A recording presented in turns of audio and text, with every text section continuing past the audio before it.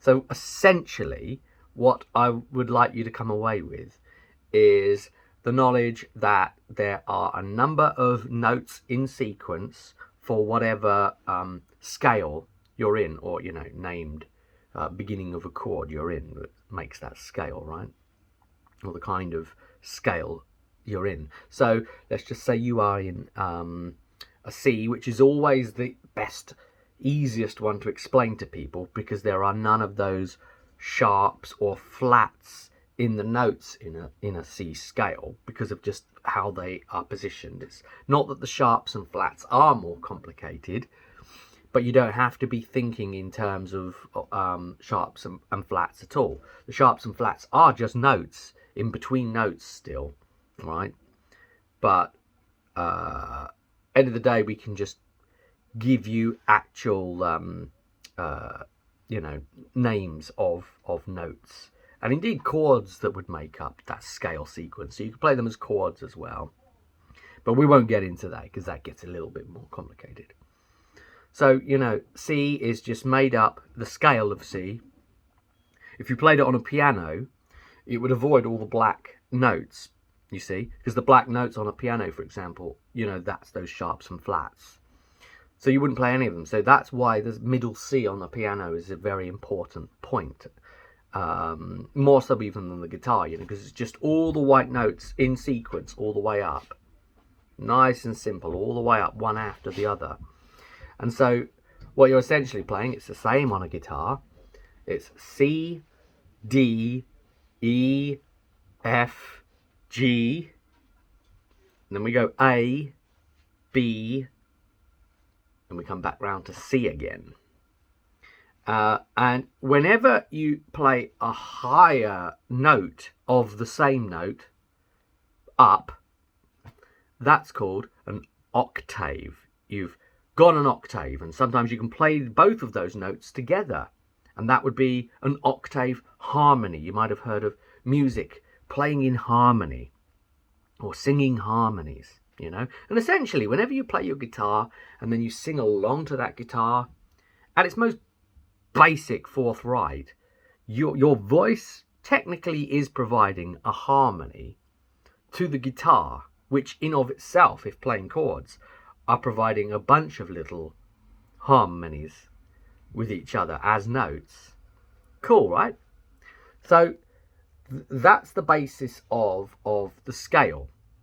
So if you want to write this down in front of you, C, D, E, F, G, A, B, C. Okay, so either pause the video or, you know, just write these down. C, D, E, F, G, A, B, C. Then you've gone to your octave C. It's still a C, but it's a bit higher, right? Okay. Now, a major chord, and we'll teach this more properly here now, and we'll pick it up again in another video.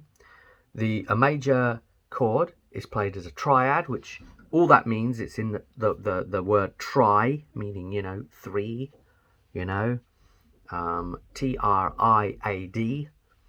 If English isn't your first language, even though these words are not English derived anyway, because we borrow from everywhere here. A triad is made up of, a major triad is made up of the first note in that scale. Remember, the scale is those notes I just told you, C, D, E, F, G, A, B, C. Right, it's the first note in the scale, the third note in the scale, and the fifth note in the scale. So it jumps one, and then it jumps one again.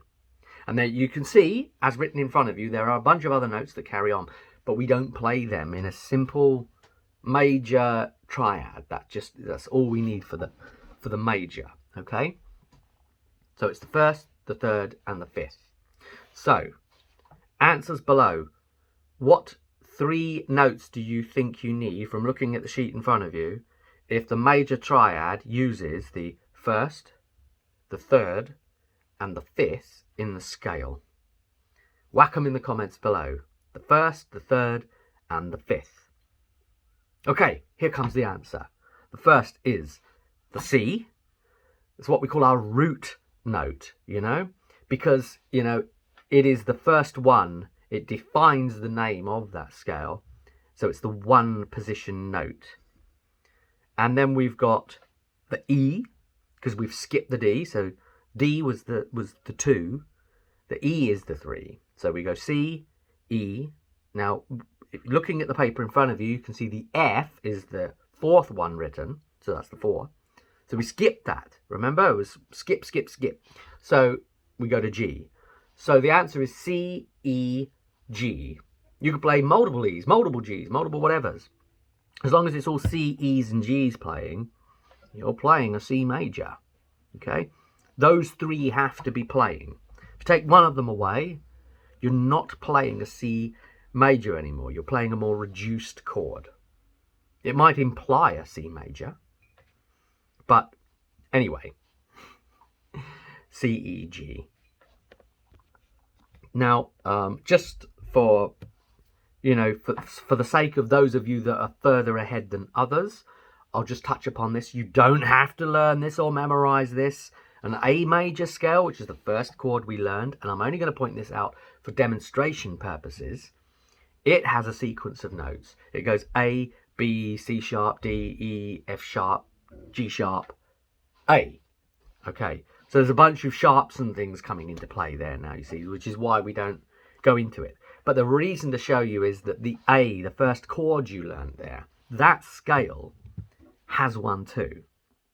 So if you, for the sake of it, wanted to do this, this is extra work if you want to do it, A, B, C sharp, D, E, F sharp, G sharp, A, if you wanted to write those down, and the sharps look like the little hashtag, and the flats, whenever you write them, look like a tiny lowercase b-ish kind of thing. If you wanted to do that, then the 1st, the 3rd, and the 5th of that would be A, C sharp, E. Pretty simple, right? Concept's now unlocked for you.